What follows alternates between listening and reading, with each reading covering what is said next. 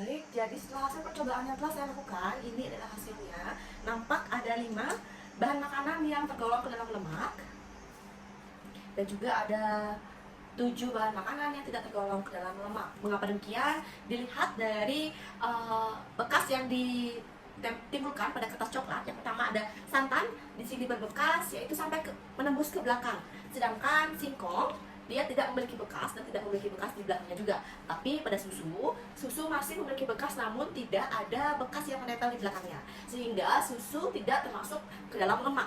Nah, begitu juga dengan kacang tanah menimbulkan bekas di belakang, margarin menimbulkan bekas di belakang, kemiri menimbulkan bekas di belakang, dan singkong menimbulkan bekas di belakang. Itulah hasil yang saya dapatkan dari praktikum uji lemak pada kali ini. Setelah saya melakukan pengamatan tentang hasil uji lemak yang saya lakukan, adapun pembahasan dari hasil uji lemak yang telah saya lakukan adalah hasil uji lemak pada kertas coklat untuk berbagai bahan makanan dapat dijelaskan dengan mempertimbangkan kandungan lemak dalam setiap bahan makanan.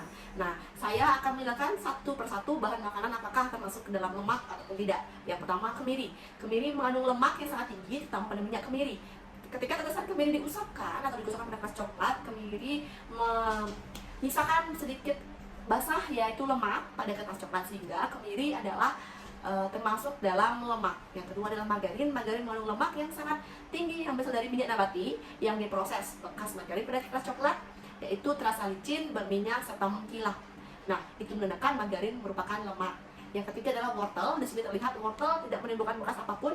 Ketika digosokkan, wortel memang terlihat basah, namun ketika didiamkan, wortel akan mengering dan tidak menimbulkan bekas apapun, sehingga wortel tidak tergolong ke dalam lemak. Yang keempat, seledri. Nah, seledri juga tidak tergolong ke dalam lemak karena ketika digosokkan, ia hanya menimbulkan basah dan warna hijau dari daun seledri tersebut. Ketika didiamkan, tidak ada bekas minyak ataupun bekas basah yang menembus sampai ke belakang kertas, sehingga ini dinyatakan seledri tidak tergolong ke dalam lemak. Selanjutnya adalah biji jagung kering. Nah, ketika biji jagung kering digosokkan, terdapat agak basah pada kertas coklat, namun setelah kita diamkan, kertas coklat itu akan mengering dan tidak ada bekas yang tersisa, sehingga biji jagung merupakan bukan berisi kandungan lemak.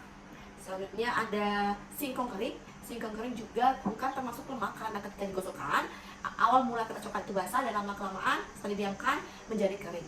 Nah, selanjutnya ada kacang tanah. Kacang tanah ketika kita gosokkan atau kita usapkan pada kertas coklat, itu menimbulkan minyak atau kertas coklat menjadi basah. Ketika kita diamkan beberapa menit, nah kertas coklat itu akan tetap basah dan menembus, dan ketika saya usap itu terasa licin. Nah, berarti kacang merupakan tergolong lemak.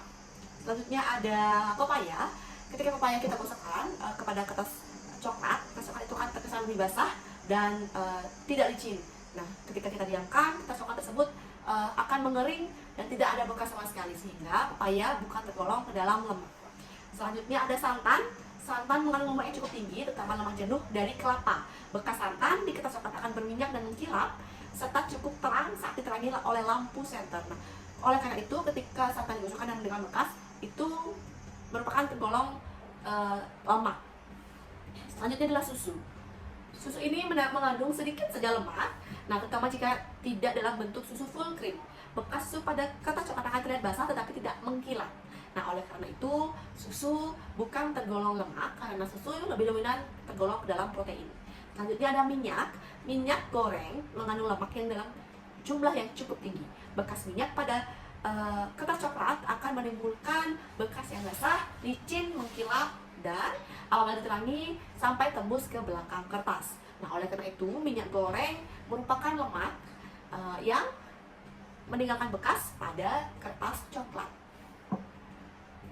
Itulah pembahasan yang saya lakukan terhadap hasil uji coba yang telah saya lakukan terhadap bahan-bahan dari makanan yang telah saya uji kandungan lemaknya di dalam kertas coklat. Adapun kesimpulan yang saya dapat dari praktikum ini adalah bahan makanan dengan kandungan lemak tinggi seperti kemiri, margarin, kacang tanah, santan, minyak goreng akan meninggalkan bekas yang berminyak, mengkilap, dan tampak jelas ketika diterangi pada lampu senter. Sementara itu, bahan dengan kandungan lemak rendah ataupun tidak ada lemaknya sama sekali seperti wortel, seledri, jagung kering, singkong kering, pepaya, dan susu akan meninggalkan bekas yang lebih buram dan juga tidak ada bekas sama sekali. Nah, bahan yang mengandung lemak sangat sedikit seperti pepaya, wortel, singkong biasanya akan menghasilkan bekas yang sulit terlihat. Bahkan jika terlagi dengan lab center, hasil uji lemak ini memberikan gambaran umum yang terlihat ketika kita akan melakukan uji lemak. Adapun kesimpulan yang saya dapatkan setelah saya melakukan uji coba lemak ini adalah bahan makanan dengan kandungan lemak tinggi seperti kemiri, margarin, kacang tanah, santan, dan minyak goreng akan meninggalkan bekas yang berminyak, mengkilap, dan tampak jelas saat diterangi dengan lampu senter. Sementara bahan dengan kandungan lemak rendah seperti wortel, seledri, jagung, singkong, pepaya, dan susu akan meninggalkan bekas basah, namun setelah didiamkan tidak meninggalkan bekas apapun pada kertas coklat.